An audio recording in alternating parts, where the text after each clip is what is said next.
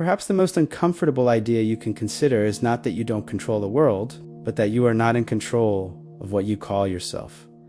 Not in the way you believe. Not in the way you have been led to believe your entire life. And before any explanation, before any concept, I want you to see this directly, right now.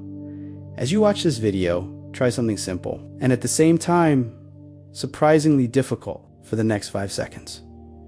Try not to think. No words, no images, no internal dialogue, just silence. What happened?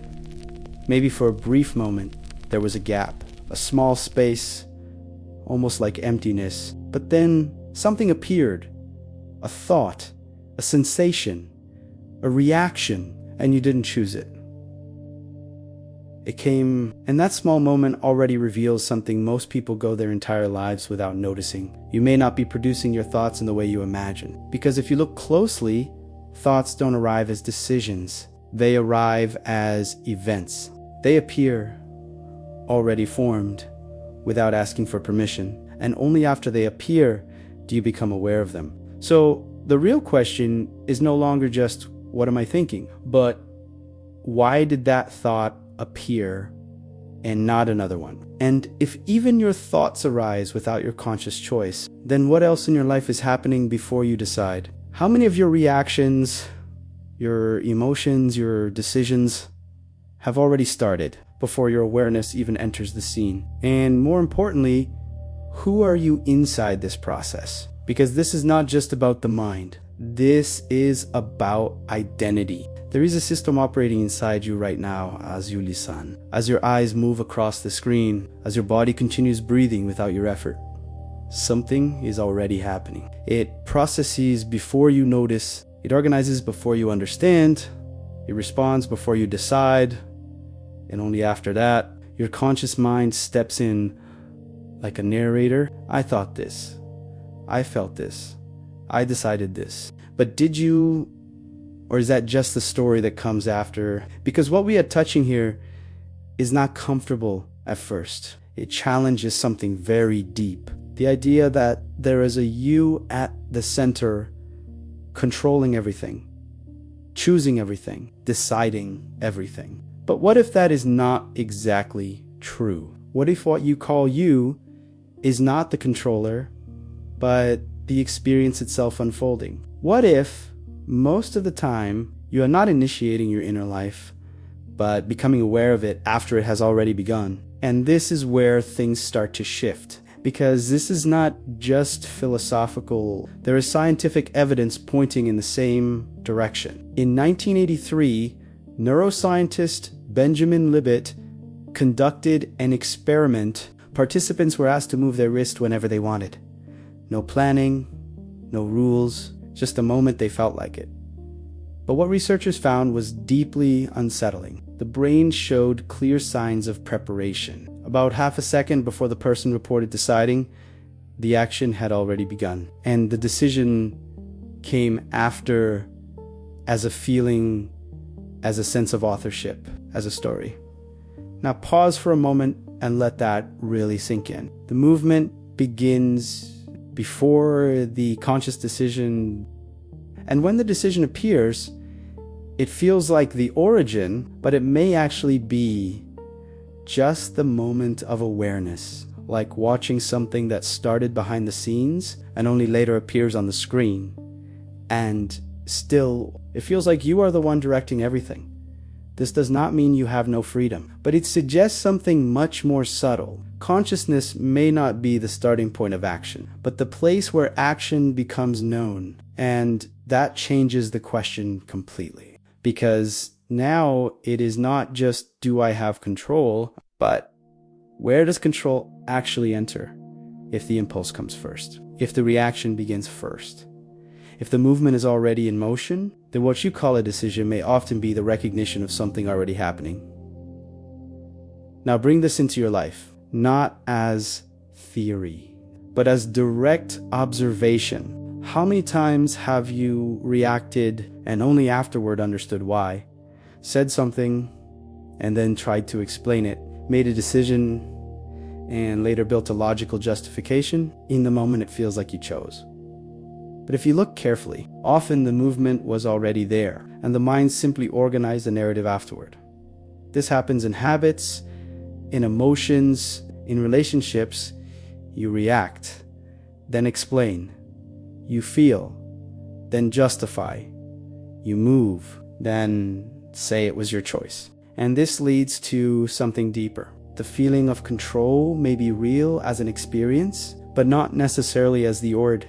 And that is not easy to accept, because your identity is built on the idea that you are the one choosing. But what if that center is not the source, but an interpretation, a very convincing one? So convincing that you have never questioned it. And this leads us to the next layer. If something is acting before your awareness, then how is this system built? Because it didn't appear randomly. It was formed over time, through repetition, through emotional intensity, through experience, especially when you were young, when nothing was automatic, when every experience shaped how you relate to the world. The brain learns through repetition. What repeats becomes pattern.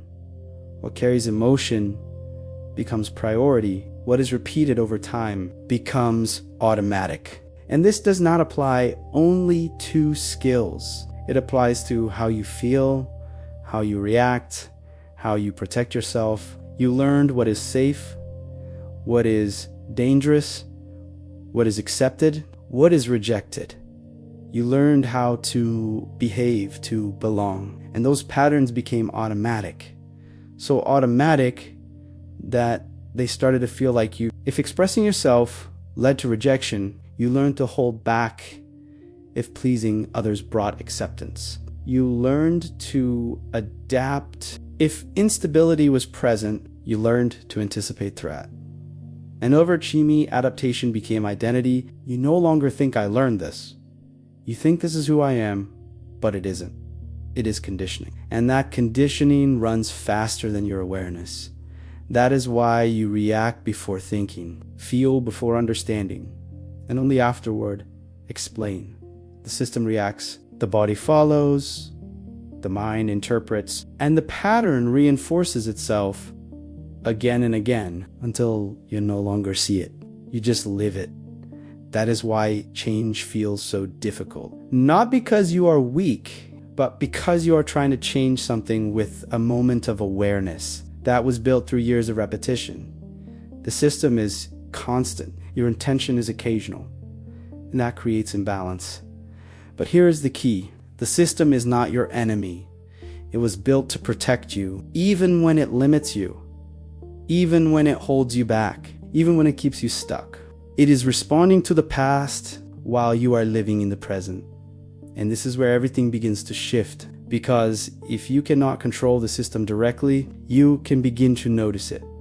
And the moment you notice, something changes. Now we arrive at something even deeper. There is a voice in your mind, constant, interpreting everything. It feels like you, but you don't choose what it says.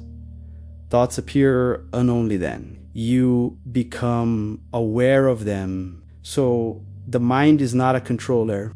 It is a stream, a continuous flow. And within that flow, there is a story. And inside that story, there is a character. But what if that I is part of the story and not the author? Now observe something carefully. Right now, there is a thought and you are aware of it, which means there is the thought and there is something that is aware of the thought, and they are not the same.